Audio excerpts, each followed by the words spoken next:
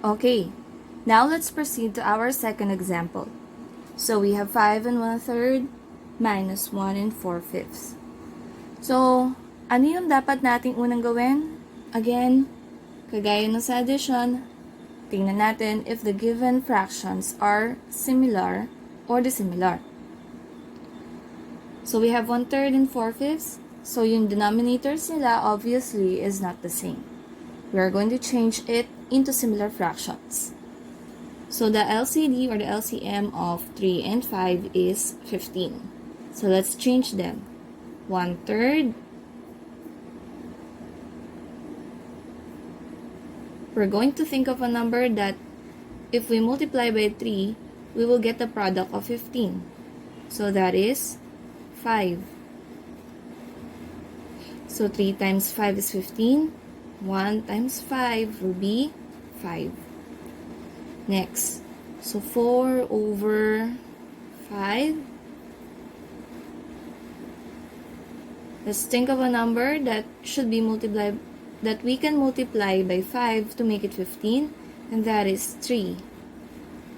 So 5 times 3 is 15. 4 times 3 is 12. Now, we have changed it to similar fractions. Let us rewrite them. So we have 5 and 5 over 15 minus 1 and 12 over 15.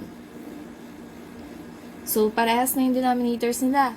Pwede na ba natin silang isubtract? Pwede, pero tingnan natin yung numerators nila. The numerator in our minuend is 5 and our subtrahend is 12. Pwede ba tayong mag-subtract ng mas maliit yung minuend sa subtrahend? Hindi pwede. So, kagaya ito ng concept kapag tayo ay nagsusubtract sa whole numbers. Sometimes, we regroup the numbers or yung tinatawag natin na borrowing. Nanghihiram tayo. In the case of fraction, kanino tayo manghihiram para itong si 5 ay madagdagan siya ng value. So, manghihiram tayo kay whole number. Dito tayo kay 5 manghihiram ng value para madagdagan siya. So, paano yon?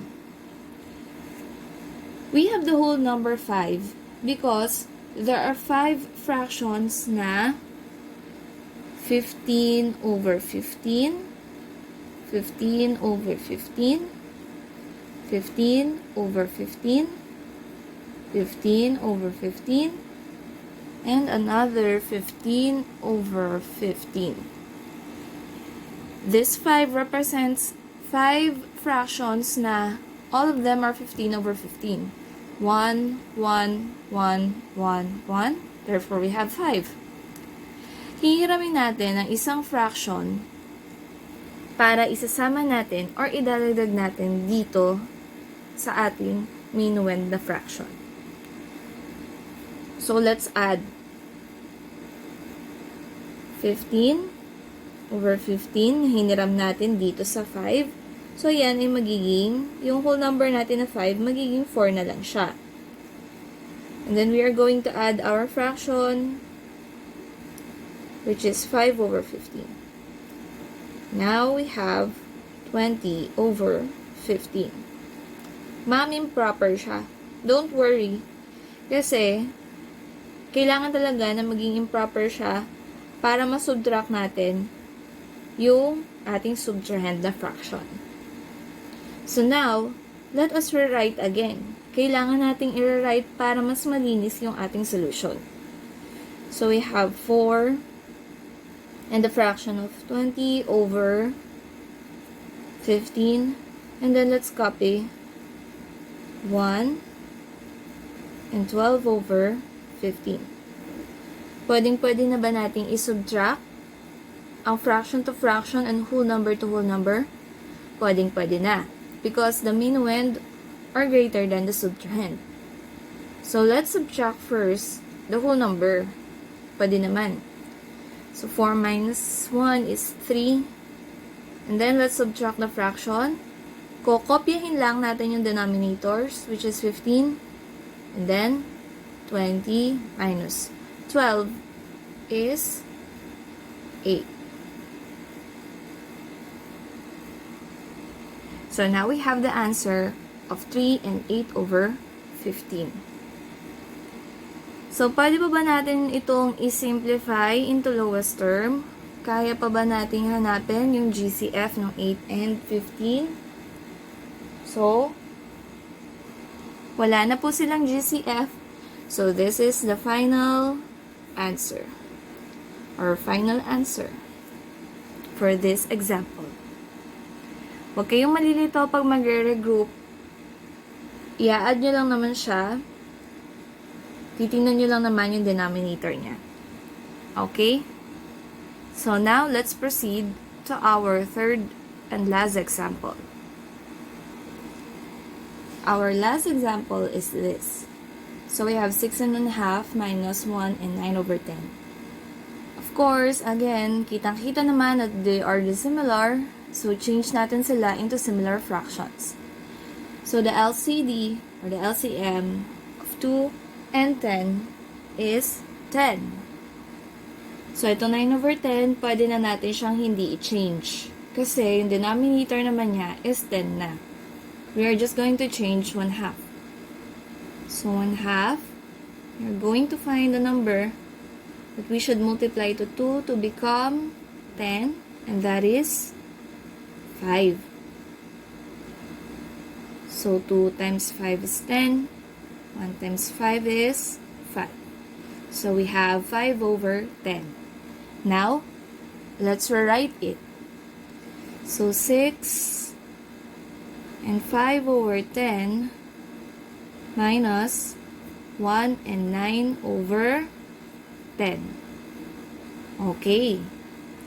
Tingnan naman ulit natin yung ating minuend and subtrahend.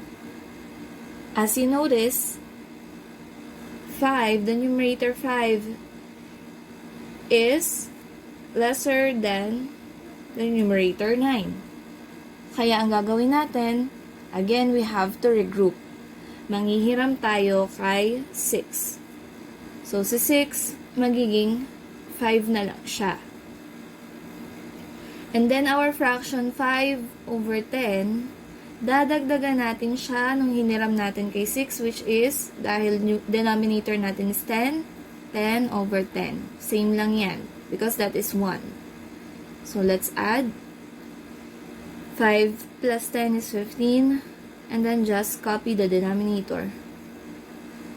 So, again, let's rewrite para mas malinis yung ating solution. We have 5 and 15 over 10 minus 1 and 9 over 10. Okay, so pwede na natin siyang isubtract. So 15 minus 9, pwedeng ito muna fraction yung unahin natin. So we have 6 over 10. Just copy the denominator. And then 5 minus 1 is 4. Okay. So, the answer is 4 and 6 over 10. So, yung fraction naman natin is proper. Wala namang problema na dyan. Pero, pwede pa ba natin siyang i-change into lowest term? Pwede. The GCF of 6 and 10 is 2. So, divide lang natin yan by 2. So, we have 3/5. So, our final answer is 4 and 3/5. Lowest term na siya. Okay? So, sana, huwag kayong malito sa pag-solve ng subtraction of fractions. It takes practice. So, kahit wala siya sa module nyo, isip lang kayo ng kahit anong fractions, and then pag-practicean nyo siya para masanay kayo ng masanay. So, good luck on accomplishing your tasks in your module. Thank you so much.